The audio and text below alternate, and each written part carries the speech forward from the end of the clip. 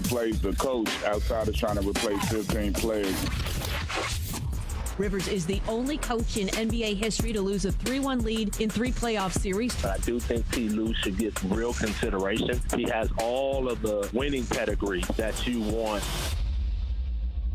And for those that may not be familiar, of course, Ty Lue currently is an assistant on the Clippers bench. Of course, was the head coach. How convenient. Yes, when LeBron and company won the championship in 2016. It's sort of like a Nick Nurse situation. Maybe the answer is right there on your staff. When Dwayne Casey was fired by the Raptors, they just promoted their top assistant and Nick Nurse. Maybe it happens this way. Though, Jay, I would ask you this question. He is by far the most successful coach in Clippers history, though I'm not sure what that really means, to be honest with you. But in totality, let's be honest, he's been an NBA coach for 21 years. He's made the playoffs 16 times. He's got a championship. His bona fides are there. So the day after Steve Nash was hired as a Brooklyn Nets head coach, you were able to get Sean Marks, the general manager, on the show, and he essentially did say, look, my most important player wanted this guy to be our head coach, so he's our head coach. In this particular case, is it fair to say that maybe the Clippers' most important player had to weigh in on what he thought about the head coaching situation, and Kawhi played a big role? It just smells weird. Has a weird smell to it. It feels, and this is my opinion, it feels like I watch a COUP happen to a COUP. And what I mean by that is, think about 2020. There's been nothing normal about this year, okay, for this team. They played barely 25 games at full strength, healthy, with everybody healthy, okay? Going into this season, Kawhi and PG were coming off injuries where they had surgery. So you're still trying to find team chemistry with two new pieces to your team. The season shuts down for 3.5+ months.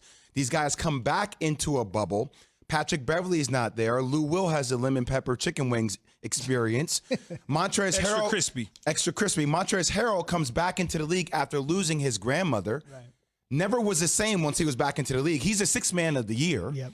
Okay, a lot of moving parts. Now I know they're up 3-1 against the Denver Nuggets, and they lost that series. They should have won. A lot of excuses, but it just feels like that.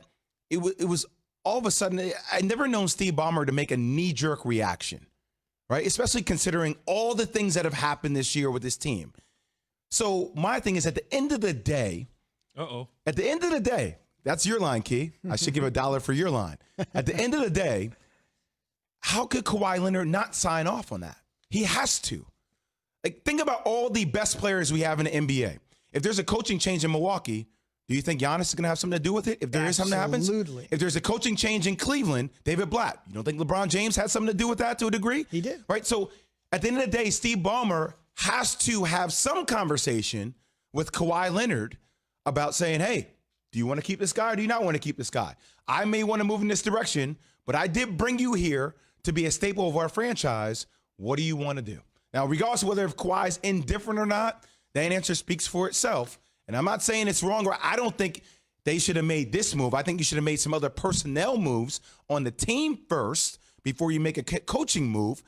But at the end of the day, Kawhi Leonard had to sign off on this, guys. He had to. It certainly, as you say, smells like a Kawhi Leonard would have to have signed off on it alone, possibly with a PG.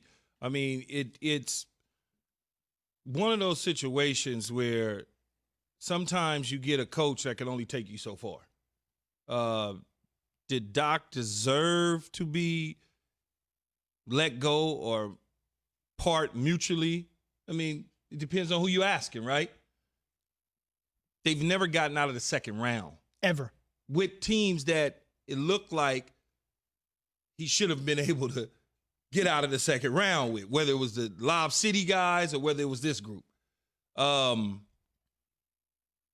If in fact Kawhi Leonard listened to the powers that be, whether it was Steve Ballmer along with Jerry Weston, the general manager.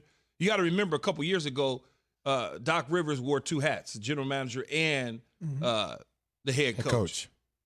They eventually allowed him to stay on as the head coach. So this is not something that Steve Ballmer and the powers that be came up with overnight. They've already been looking at how to get the Clippers over the hump. This is just probably the end of the line in a situation where they feel like going with a potential different voice is the better way to go. I think here's part of the problem with the Clippers. Doc was the leader of this team. right? Like, it didn't feel like they had a leader on the court saying, follow me. That's not who Kawhi is. Kawhi is one of the best players there is in the league, but Kawhi does not talk. He's not external saying, follow me. He plays by his actions on the court. So when I look at Kawhi and I look at him in San Antonio, he was one of their best players, but that team was led by Tim Duncan, Manu Ginobili, Tony Parker. When he was in Toronto, he was their best player, but that team was led by Kyle Lowry. Look what Toronto has done to get back to where they got to this year. The heart and soul of that team was Kyle Lowry. So now you bring Kawhi to the Clippers, still the best player in the team, but Paul George wasn't a leader, right? Paul George isn't telling people what to do, where to be. Patrick Beverley is a guy that plays defensively, but he's kind of not that guy. You need your best player to be the guy externally too, right? Montrezl Harrell, kind of quiet. I mean, think about all the pieces. They don't have a leader on this team. So my thing is, when I think about, hey, we need a different voice, well, I think you actually need a different voice from a player perspective. And I will say this. I know he's probably not going to be in OKC anymore, and he was originally a Clipper when it started. You look at bringing CP3 back to the Clippers. Whoa. You look at bringing him back to the Clippers, because I'm telling you right now, he will be the missing link from a leadership perspective for this team that they need. He is the pit bull that will tell people where to go, and also that allows Kawhi not to have that pressure on him to be that galvanizing force for everybody on that team. And I'm telling you, he will be the missing answer for that squad.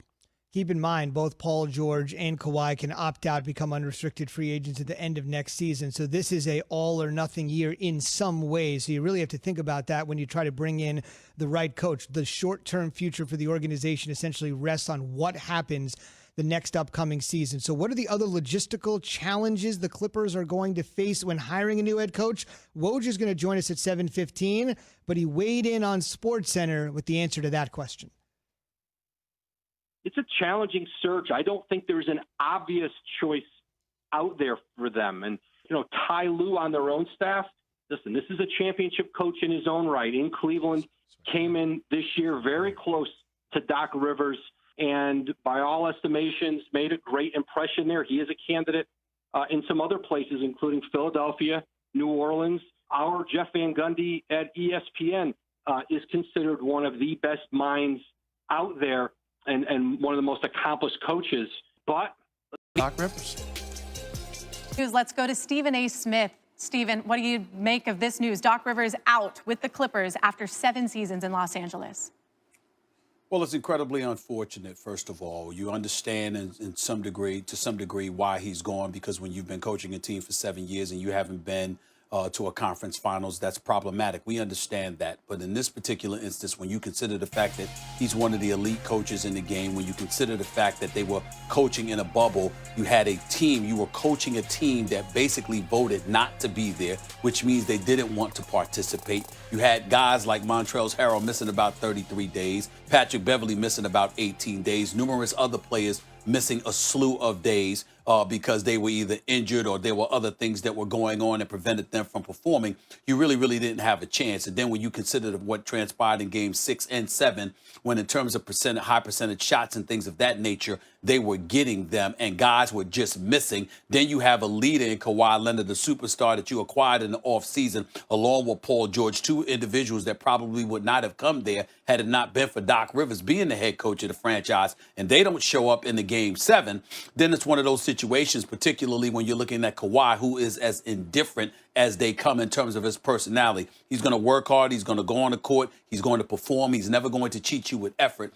But in the end, can you be that leader that galvanizes troops? That was never Kawhi Leonard's MO. So all of those things being stacked against Doc Rivers, what I'm saying is that if he's going to lose his job, you know what, it would have been far more understandable had there never been an interrupted season and he lost under those conditions. But considering the fact that the season was interrupted, and then you had guys, the Clippers and the Lakers were the only two teams that voted not to participate in the bubble and not to play, then they came back and played. And unlike the Lakers, you had guys missing games all over the place. For him to lose his job under those conditions are incredibly unfortunate for a coach of his stature. I don't like it at all.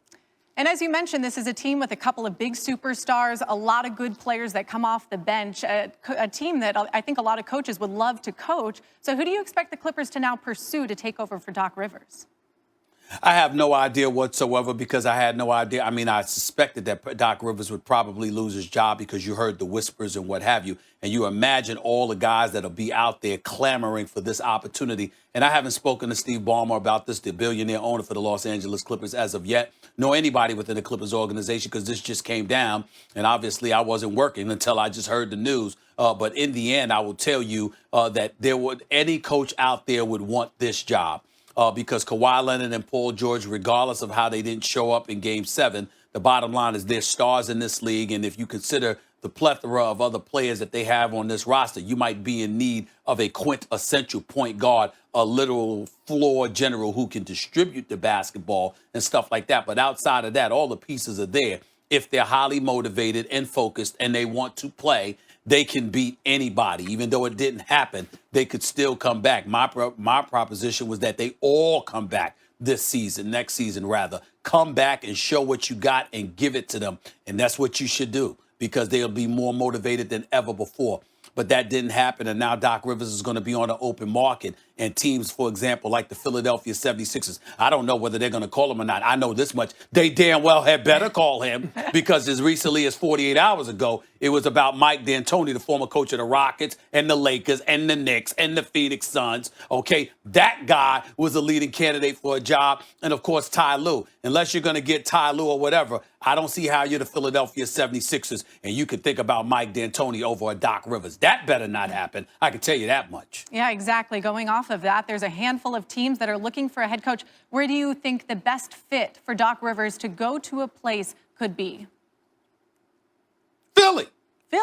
That's the team. You know, you see a lot of teams still looking for a coach, but definitely Philly. You got a star in Joel Embiid who should have his behind down in the post doing damage, and he should be the second best player definitively on a night in, night out basis, rivaling the Greek Freak. You got a guy in Ben Simmons that Doc Rivers would know how to utilize because he can't shoot. Maybe he'll eventually get some kind of a shot, but he has every single thing else in his arsenal to be a prolific perennial all-star for years to come. It would have been nice if they still had Jimmy Butler and J.J. Redick, but guess what? You don't. But you have Tobias Harris, and you have a few other pieces that you could do something with. With the right coaching, the right motivation, a new fresh start, a new voice. The bottom line is, guess what? You can legitimately, almost instantly compete for an Eastern Conference crown.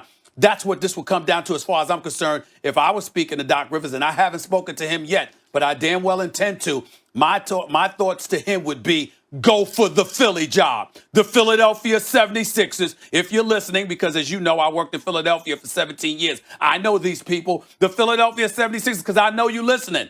It damn well better not be Mike D'Antoni ahead of Doc Rivers. Let Mike D'Antoni go to Indiana and coach the Pacers. It better be Doc Rivers over Mike D'Antoni. I can tell you that much. They should be calling Doc Rivers now. All right. Stephen A. Smith saying Doc goes to Philly. Doc Rivers out with the Clippers after 7 seasons. Beyond the Western Conference semifinals, including this year when Rivers